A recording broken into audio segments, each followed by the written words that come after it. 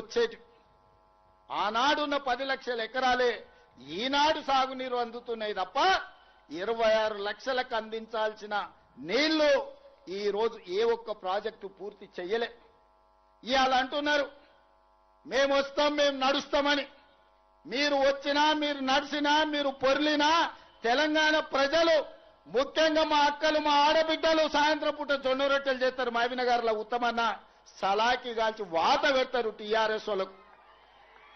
ఒక ఆయన పంచగట్టుకొని నేను వైఎస్ఆర్ అని అంటాడు. నేను ఇవాళ చెప్పదలుచుకున్నా, లాల్ చేసుకున్నాడు లాల్ బహదూర్ శాస్త్రి కాదు, గడ్డం పెంచుకున్నాడు భగత్ సింగ్ గాడు, పంచగట్టుకున్నాడు వైఎస్ఆర్ గాడు. ఇట్లనే పంచగట్టుకొని ఊర్లలోకి వస్తే పంచలో తొండలిడ్చి కొడతారు మా ఉద్దండాపూర్ వాళ్ళు. రా వచ్చి ఉద్దండాపూర్లో పాదయాత్ర చేతురా. మా తండాలలో మా లంబాడి సోదరులు ఆనాడు పంచగుట్ట పోలీస్ స్టేషన్లో ఏ రైతుల్లో అయితే పెట్టిర్రో గా తండా నుంచి మీరు పాదయాత్ర మొదలు పెట్టుర్రి. మా లంబాడ సోదరులు మీ పంచలలో తొండలు ఇడవకపోతే నేను చూస్తా.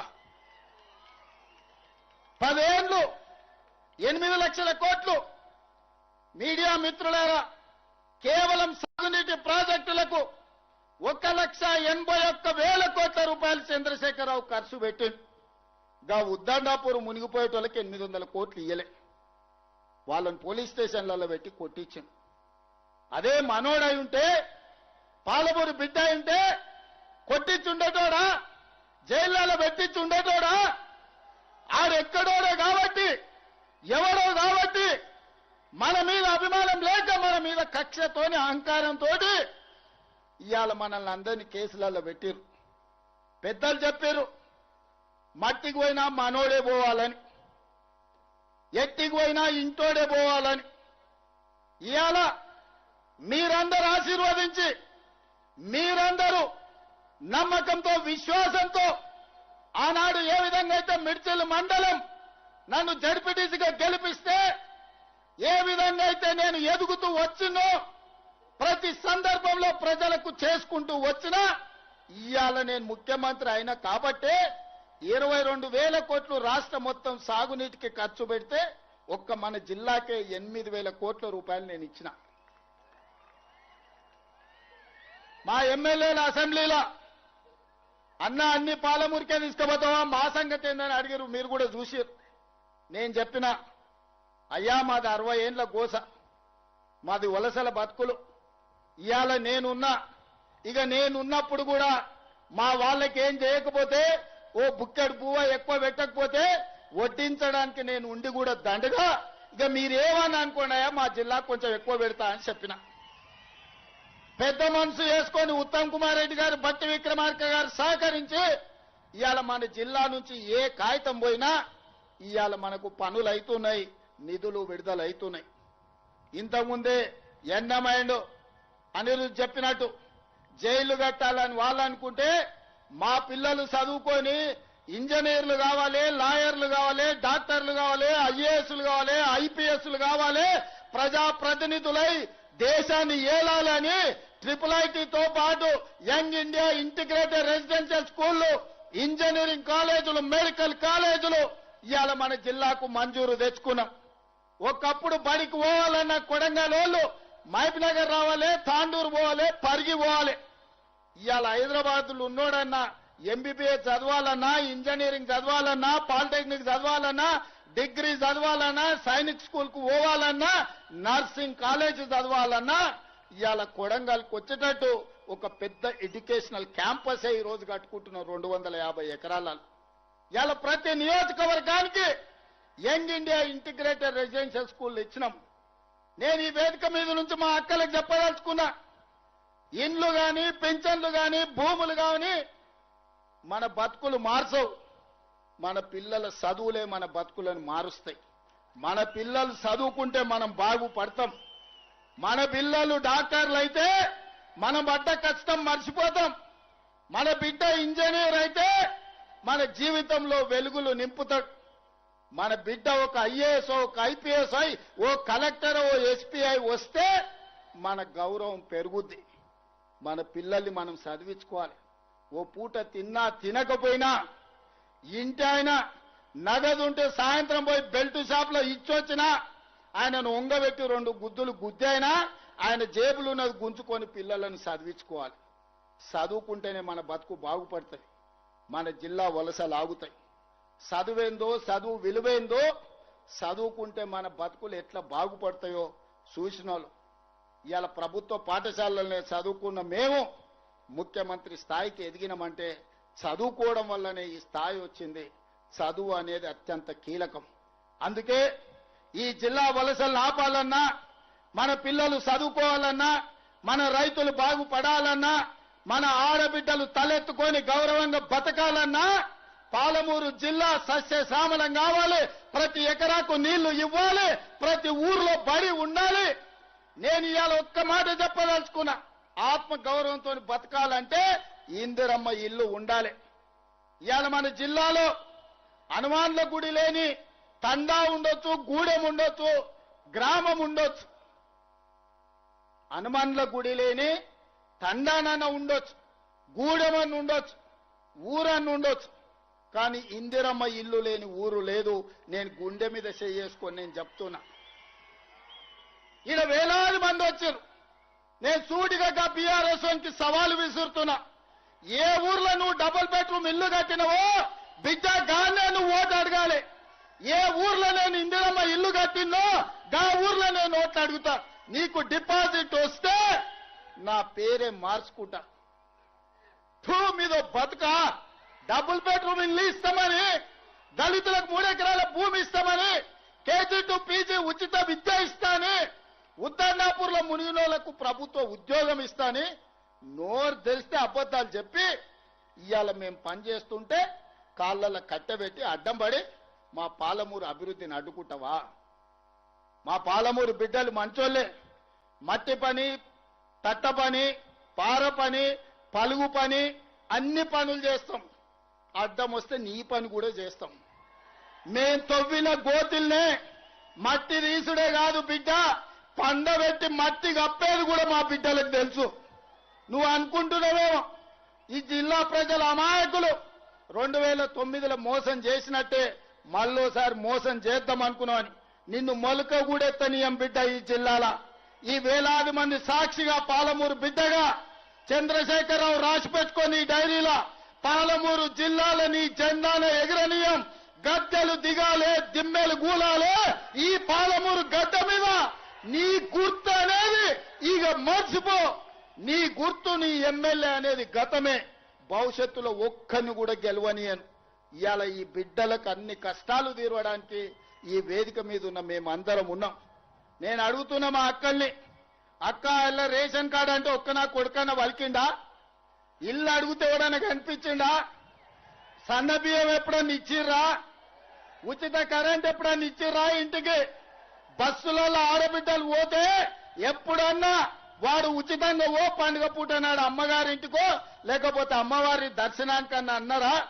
జోగులాంబ దర్శనానికి పోతే ఎప్పుడైనా బస్సులో ఉచితంగా పోయినరా? కురుమూర్తి జాతరకి ఎప్పుడైనా పోయినరా?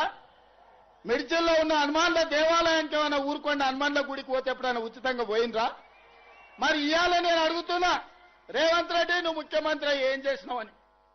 బిడ్డ రాసుకో.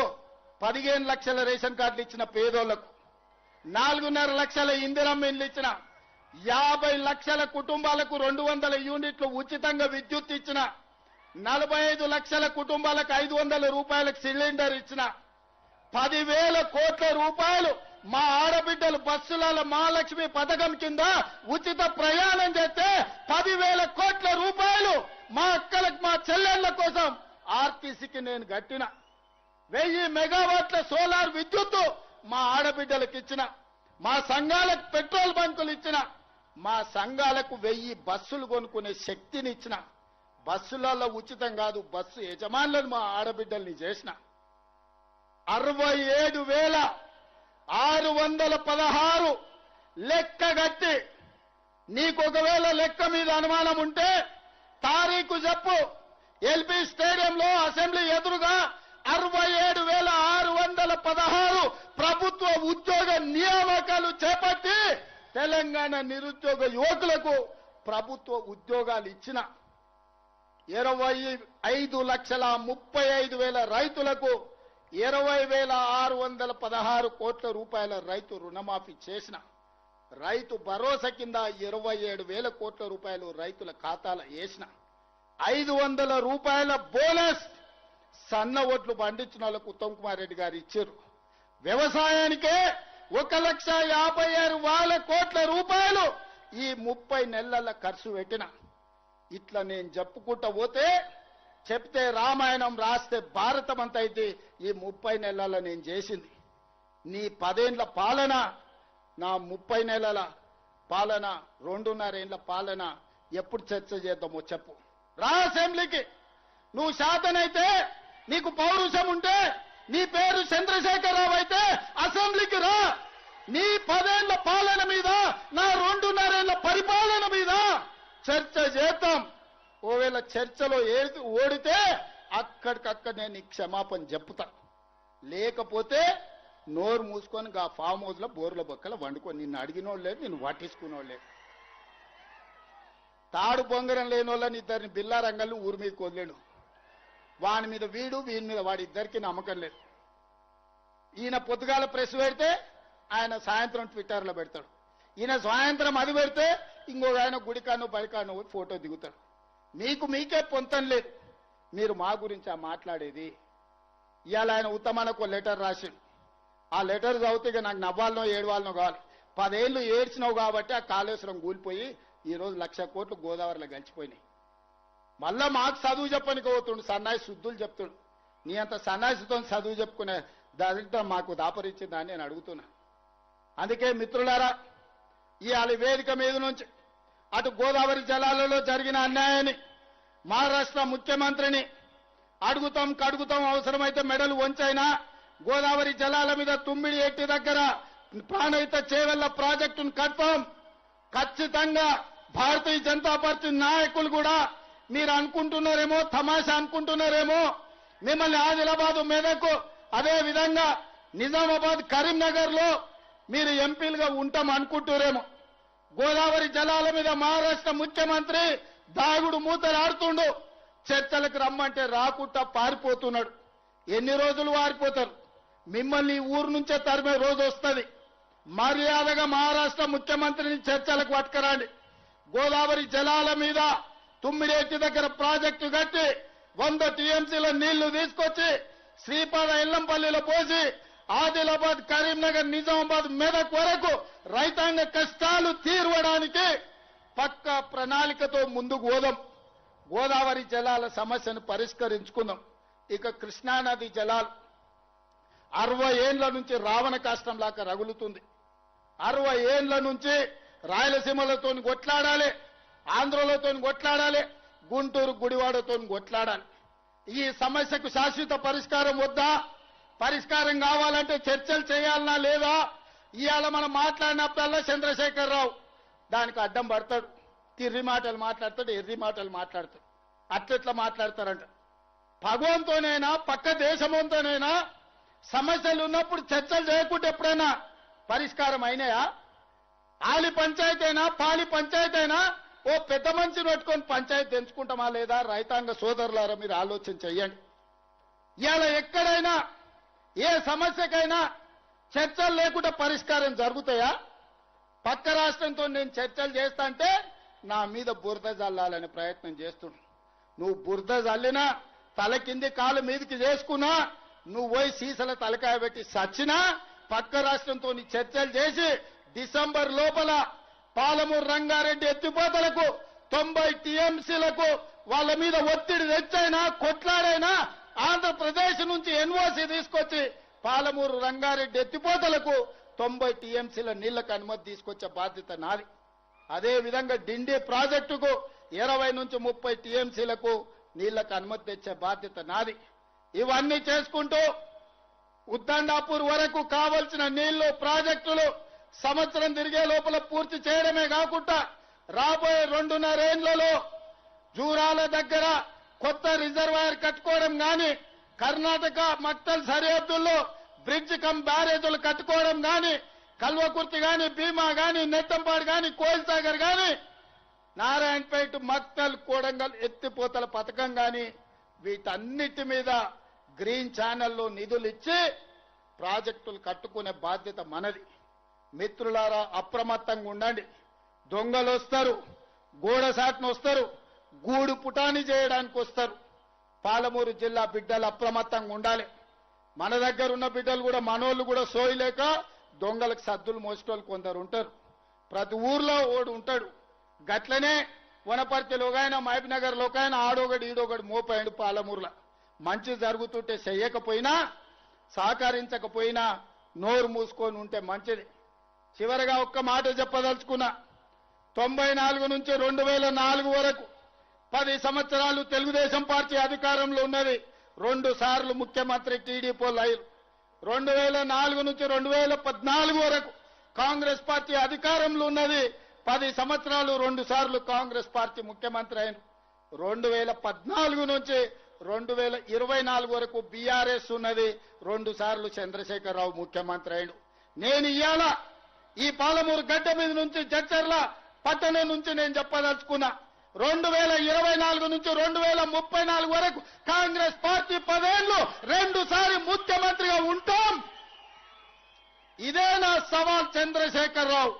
శాతనైతే రా చూసుకుందాం. 2029 ఎన్నికల్లో నీ సంగతి తేలుస్తా. రెండోసారి కాంగ్రెస్ పార్టీని అధికారంలోకి తీసుకొస్తాం. ఈ వెనకబడ్డ పాలమూరు జిల్లాను దేశానికే ఆదర్శమైన జిల్లాగా అభివృద్ధి చేసే బాధ్యత నేను తీసుకుంటా. జిల్లా ప్రజలారా, మీరిచ్చిన ఆశీర్వాదం, మీరిచ్చిన ధైర్యం, ఎవరితోనైనా కొట్లాడతా. గల్లీలో ఉన్న కేడీ అయినా, ఢిల్లీలో ఉన్న మోడీ అయినా, మీరు అండగా నిలబడి మీరు ఇచ్చిన గుండె ధైర్యంతో ఎవరితోనైనా కొట్లాడతా. పాలమూరు జిల్లాలో అభివృద్ధి చేసే బాధ్యత నేను స్వీకరిస్తాను తెలియజేస్తూ మీ అందరి దగ్గర సెలవు తీసుకుంటున్నా. నేను ఒక స్లోగన్ ఇస్తా, మీరందరు దాన్ని కోరస్ ఇవ్వాలి. నేను ఔరేక్ బార్ అంటే మీరు కాంగ్రెస్ సర్కార్ అనాలి. సిద్ధమేనా? సిద్ధమేనా? సిద్ధమేనా? సిద్ధం అన్నోళ్ళందరూ చేయి పైకెత్తండి. ఔరేక్ బార్. ఔరేక్ బార్ అంటే కాంగ్రెస్ సర్కార్ అని గట్టిగా అనాలి. ఔరేక్ బార్, ఔరేక్ బార్, ఔరేక్ బార్, ఔరేక్ బార్. కాంగ్రెస్ సర్కార్, కాంగ్రెస్ సర్కార్, కాంగ్రెస్ సర్కార్, ఔరేక్ బార్. ధన్యవాదాలు సోదరులారా.